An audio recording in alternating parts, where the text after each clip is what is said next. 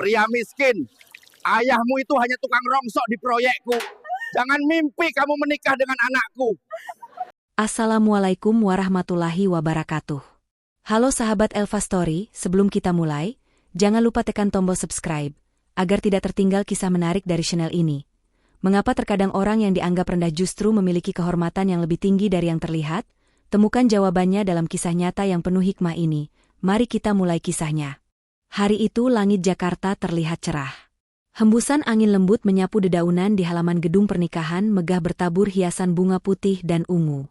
Musik lembut mengalun, para tamu undangan berdatangan dengan pakaian terbaik mereka. Semua tampak bahagia. Semua seolah menanti satu momen penting, penyatuan dua hati dari dua dunia yang berbeda. Dialah Raffi, pria muda berwajah tenang, sederhana, dan santun. Jas yang ia kenakan bukanlah yang termahal, tapi ia terlihat gagah dan tulus. Di sampingnya berdiri Nadia, gadis cantik anak tunggal pengusaha besar di Jakarta. Keduanya tampak serasi. Namun di balik senyum bahagia, ada rasa gugup yang sulit dijelaskan. Sejak awal, keluarga Nadia tidak pernah sepenuhnya merestui hubungan mereka. Ayah Nadia, Tuan Surya, seorang pemilik perusahaan konstruksi ternama, menganggap Raffi hanyalah pria miskin yang tak pantas bersanding dengan putrinya. Namun Nadia terus meyakinkan bahwa cinta mereka murni dan tulus, bukan karena harta. Ketika akad selesai dan suasana berubah menjadi pesta penuh warna, tiba-tiba semua berubah.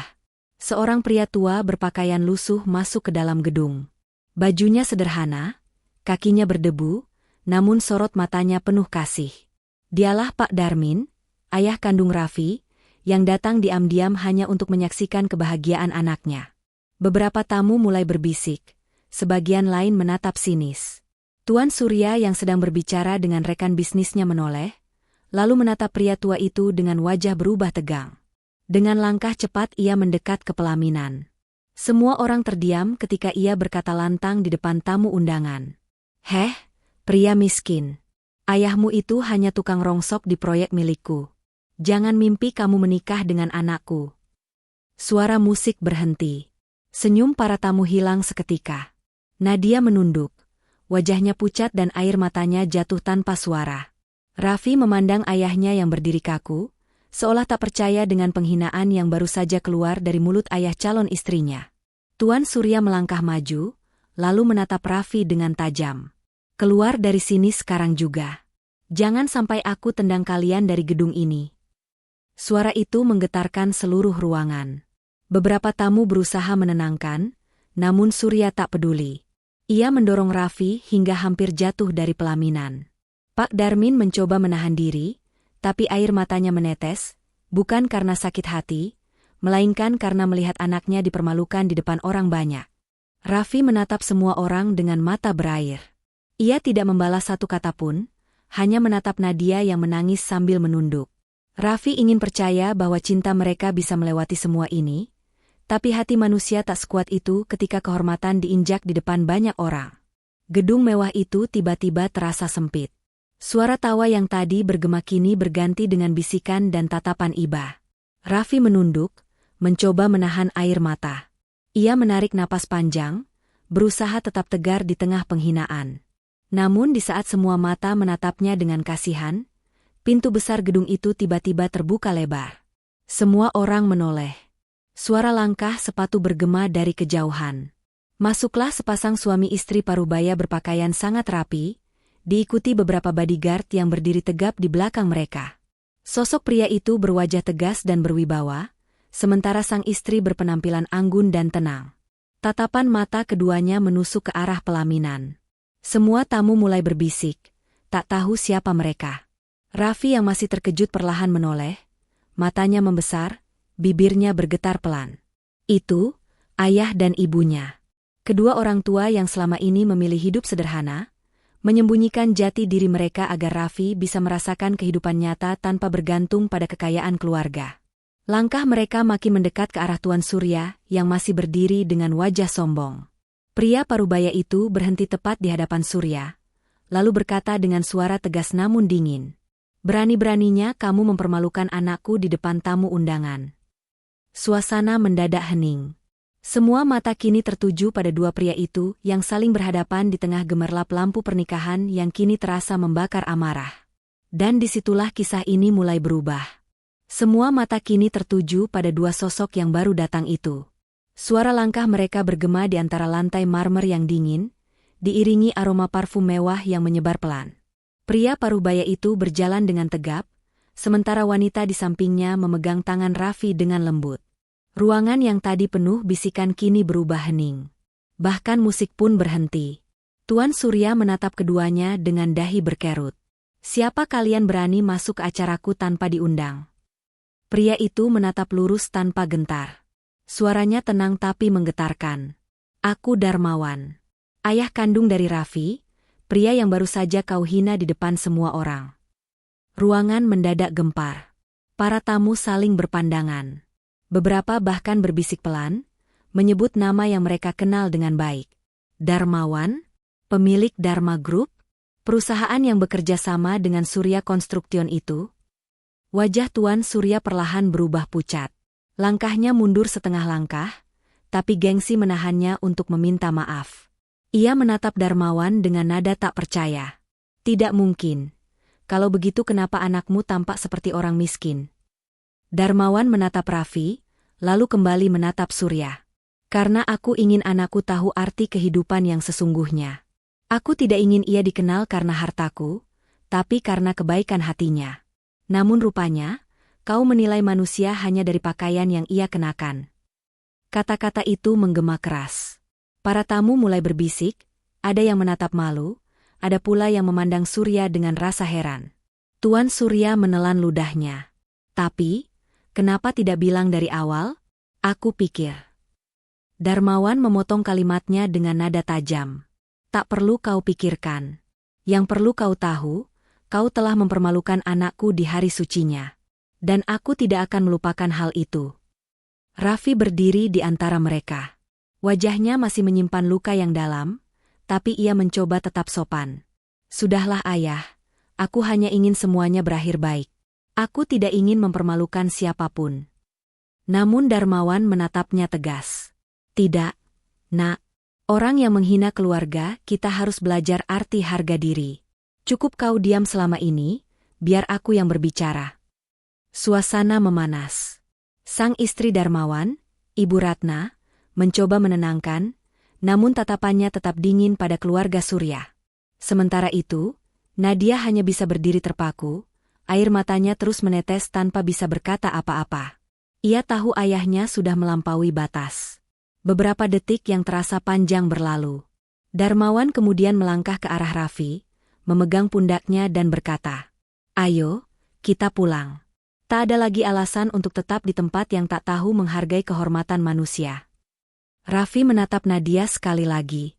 Pandangan mereka bertemu, ada luka, ada cinta, dan ada perpisahan yang tidak terucap. Nadia berusaha berbicara, tapi suaranya tertahan oleh isak tangis. "Raffi, maafkan aku." Raffi hanya tersenyum kecil. "Aku tidak pernah menyalahkanmu, Nadia."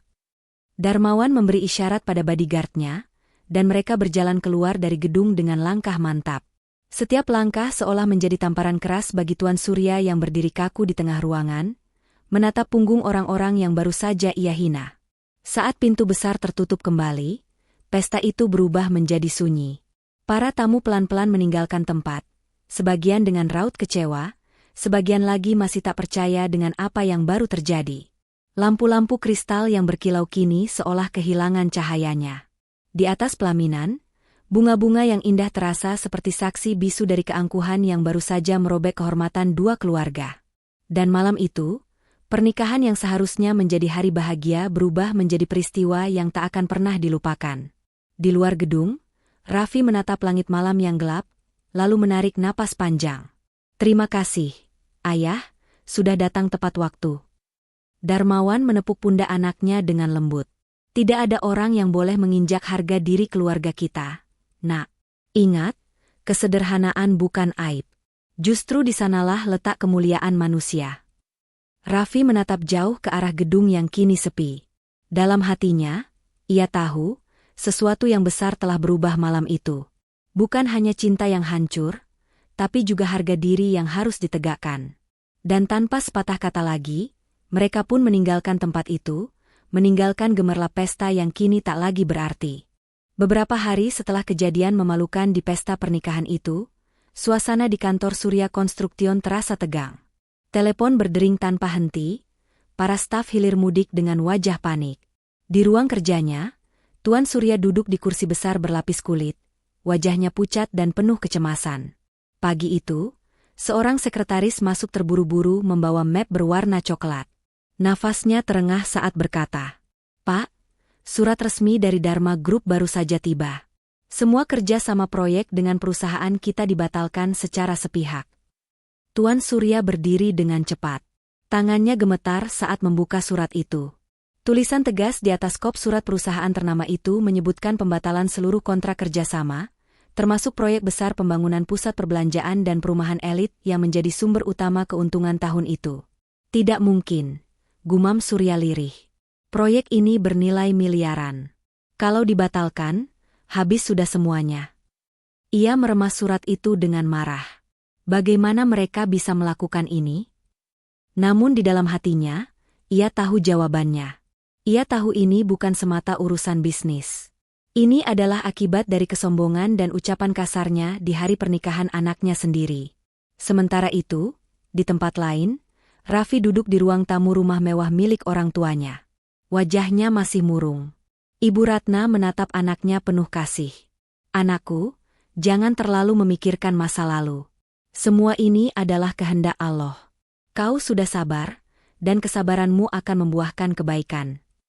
Raffi mengangguk pelan. "Aku tidak ingin mereka menderita, Bu. Aku hanya ingin keadilan. Tapi, mengapa rasanya tetap menyakitkan?" Darmawan menatap putranya dengan pandangan bijak. Kadang, keadilan memang tampak kejam di awal. Tapi justru disitulah Allah menegakkan kebenaran. Kita tidak pernah membalas dengan kebencian, hanya menegur dengan tindakan. Hari berganti. Kabar kebangkrutan Surya Construction mulai menyebar. Para investor menarik dana mereka, karyawan mulai meninggalkan perusahaan, dan proyek-proyek berhenti satu persatu. Gedung megah yang dulu penuh kebanggaan kini sepi, hanya menyisakan papan nama yang mulai berdebu.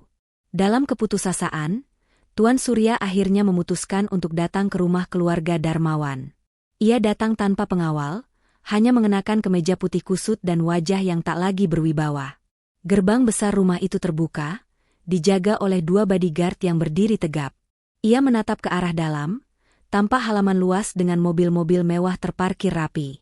"Pak, saya ingin bertemu Pak Darmawan," ucapnya pelan. Salah satu penjaga menatapnya ragu, lalu melaporkan ke dalam. Tak lama kemudian, Darmawan muncul di balkon lantai 2, berdiri dengan tenang sambil menatap ke bawah. Suara Darmawan terdengar jelas, berat namun tetap tenang. "Ada apa kau datang ke sini, Surya?" Tuan Surya menunduk dalam-dalam. Saya ingin meminta maaf. Saya sudah terlalu sombong. Saya mohon, tolong batalkan pembatalan proyek kita. Jika tidak, perusahaan saya akan bangkrut, karyawan saya akan kehilangan pekerjaan. Saya mohon, Pak Darmawan." Suasana hening beberapa detik. Angin sore berhembus pelan, membawa rasa malu dan penyesalan yang dalam. Darmawan menatap pria itu lama, lalu menjawab dengan suara dingin. "Surya, aku sudah memberi kepercayaan padamu, tapi kau mempermalukan anakku di depan banyak orang. Aku tidak marah karena kau menghina kami, tapi karena kau merendahkan manusia hanya karena penampilannya. Aku tidak bisa bekerja sama dengan orang yang tidak tahu menghormati sesama." Surya berlutut. "Pak, saya mohon. Demi anak saya, demi keluarga saya menyesal. Saya sudah kehilangan segalanya." Namun Darmawan tetap diam. Ia menatap bodyguardnya dan memberi isyarat halus. "Antarkan tamu ini keluar." "Pak, tolong, jangan usir saya," seru Surya, suaranya parau, tangannya mencoba meraih pagar. Tapi 2 bodyguard memegang lengannya dan menariknya perlahan menjauh dari gerbang. Darmawan menatapnya dari atas dengan mata teduh, namun tegas. "Ini bukan balas dendam, Surya. Ini pelajaran. Semoga suatu hari nanti kau mengerti bahwa harga diri seseorang tidak ditentukan oleh pakaian yang ia kenakan, melainkan oleh hatinya. Gerbang tertutup perlahan. Suara logam bergema, menandai akhir pertemuan dua pria yang dulu bersahabat dalam bisnis, tapi kini terpisah oleh kesombongan dan penyesalan. Di luar, Surya berdiri lemas. Matanya memandang langit, menahan tangis yang tak lagi bisa ia bendung. Ya Allah, kenapa aku baru sadar setelah semuanya terlambat? Langit sore berubah jingga. Angin berhembus membawa daun-daun kering jatuh di kakinya, seolah ikut menyaksikan kehancuran seorang pria yang dulu merasa paling berkuasa. Dan di balik jendela rumah mewah itu, Raffi berdiri diam, menyaksikan semua dari jauh. Di matanya, ada iba, tapi juga keteguhan. Ia tahu, inilah jalan yang harus ditempuh. Pahit, namun penuh makna. Hari itu menjadi titik balik segalanya. Yang tinggi akhirnya jatuh. Dan yang pernah diremehkan kini berdiri tegak dengan kehormatan. Hari-hari berikutnya terasa begitu panjang bagi keluarga Surya. Rumah megah yang dulu selalu ramai kini sunyi. Mobil-mobil mewah di halaman perlahan dijual satu persatu. Para karyawan yang dulu setia kini berpaling, kantor ditutup, dan proyek-proyek besar berhenti total. Di ruang tamu rumah yang kini sepi, Tuan Surya duduk termenung di kursinya yang retak. Rambutnya mulai memutih, wajahnya tampak lelah. Ia memandang foto pernikahan Nadia yang masih tergantung di dinding. Setiap kali ia menatap gambar itu, hatinya terasa teriris. Di foto itu, Nadia tersenyum bahagia di samping Raffi. Senyum yang kini hanya menyisakan kenangan pahit. Nadia berjalan pelan menghampiri ayahnya, membawa secangkir teh hangat. "Pak, sudah seminggu Bapak tidak tidur cukup. Tolong istirahat. Semua ini bukan akhir dari segalanya," ucapnya lirih. Surya menggeleng pelan. "Tidak, Nak. Ini semua salah Bapak. Bapak terlalu sombong. Bapak lupa, kesuksesan bukan karena kemampuan Bapak, tapi karena izin Allah. Dan ketika Bapak menghina orang yang Allah muliakan, Bapak pun dijatuhkan." Air mata Nadia menetes. Ia duduk di samping ayahnya dan menggenggam tangan itu yang kini tampak lemah. "Pak, aku rindu Raffi. Aku ingin minta maaf padanya. Tapi aku malu. Aku takut dia tidak mau melihatku lagi." Surya menatap anaknya dengan pandangan sayu. Kalau memang Allah menghendaki, suatu hari kalian akan bertemu lagi. Tapi kali ini, dengan hati yang lebih rendah dan niat yang lebih tulus. Hari berganti minggu, dan kabar kehancuran perusahaan Surya Construction menyebar kemana-mana. Tak ada lagi orang yang menghormati Surya seperti dulu. Ia hidup sederhana, menutup diri dari dunia luar, hanya ditemani anaknya yang setia mendampingi. Sementara itu, di rumah Darmawan, suasana sangat berbeda. Raffi kini bekerja di perusahaan ayahnya, memimpin sebuah proyek sosial untuk membantu pekerja kecil dan masyarakat miskin. Ia memilih tidak terlibat langsung dalam urusan bisnis besar, karena baginya kekayaan bukan lagi tujuan hidup. Suatu sore, Raffi keluar dari kantornya. Di depan gerbang, seorang pria tua duduk di bawah pohon besar. Pakaian lusuhnya kotor, namun wajahnya familiar. Raffi tertegun. Itu Tuan Surya. Tanpa pikir panjang, Raffi segera menghampiri. "Pak Surya?" tanyanya pelan. Surya mendongak perlahan, terkejut melihat Raffi berdiri di hadapannya. Ia mencoba berdiri tapi tubuhnya lemah. "Raffi, aku tidak tahu harus berkata apa. Aku hanya ingin minta maaf. Aku sudah menghancurkan banyak hal, termasuk kebahagiaan kalian berdua." Raffi menatapnya lama. Tidak ada kebencian di matanya, hanya kesedihan dan rasa iba. "Pak, saya sudah lama memaafkan. Saya tidak pernah menyimpan dendam. Semua ini sudah kehendak Allah. Mungkin inilah caranya mengajarkan kita arti kerendahan hati." Air mata Surya menetes tanpa bisa ditahan. Ia berlutut di depan Raffi. "Terima kasih, Nak. Terima kasih karena kau masih memaafkan orang sepertiku." Raffi memegang bahu Surya, membantu pria tua itu berdiri. "Tidak perlu berlutut, Pak. Cukup belajar dari masa lalu. Allah Maha Pengampun bagi siapapun yang mau berubah." Darmawan yang sejak tadi melihat dari teras rumah perlahan mendekat. Ia menatap Surya dengan ekspresi yang lebih lembut dari sebelumnya. Surya, dunia ini berputar. Kadang kita di atas, kadang kita di bawah. Tapi selama hati kita sadar, Allah selalu beri kesempatan untuk memperbaiki diri. Surya menunduk, suaranya serak menahan tangis. Darmawan, aku bersalah. Aku malu, tapi aku bersyukur masih bisa bertemu kalian dalam keadaan seperti ini. Setidaknya aku tahu, aku pernah memiliki sahabat yang lebih mulia dari yang kukira. Darmawan menepuk bahunya pelan. Tidak ada manusia yang sempurna, Surya. Yang penting sekarang, kau sadar dan mau berubah. Dunia bukan tempat untuk saling merendahkan, tapi untuk saling menguatkan. Matahari sore mulai turun, cahayanya memantul lembut di wajah mereka bertiga. Raffi tersenyum kecil, sementara Surya menunduk dalam, mengusap air matanya. Sore itu menjadi saksi pertemuan dua keluarga yang dulu terpisah oleh kesombongan, namun kini disatukan kembali oleh keikhlasan dan maaf. Angin berhembus lembut, daun-daun berguguran perlahan di halaman rumah itu. Dan dari kejauhan, suara adzan maghrib berkumandang, mengingatkan bahwa semua kebahagiaan dan kesedihan pada akhirnya akan kembali kepada kehendak Allah. Raffi menatap langit yang mulai gelap, lalu berbisik pelan. Terima kasih ya Allah. Engkau telah menunjukkan bahwa kemuliaan bukan diukur dari harta, tapi dari hati yang ikhlas. Sementara Surya berdiri dengan mata basah, menatap ke arah langit yang sama, berharap masih ada kesempatan untuk menebus semua kesalahannya. Dan sore itu, langit seolah menjawab dengan warna jingga yang lembut, seindah hati yang akhirnya menemukan kedamaian. Beberapa bulan pun berlalu.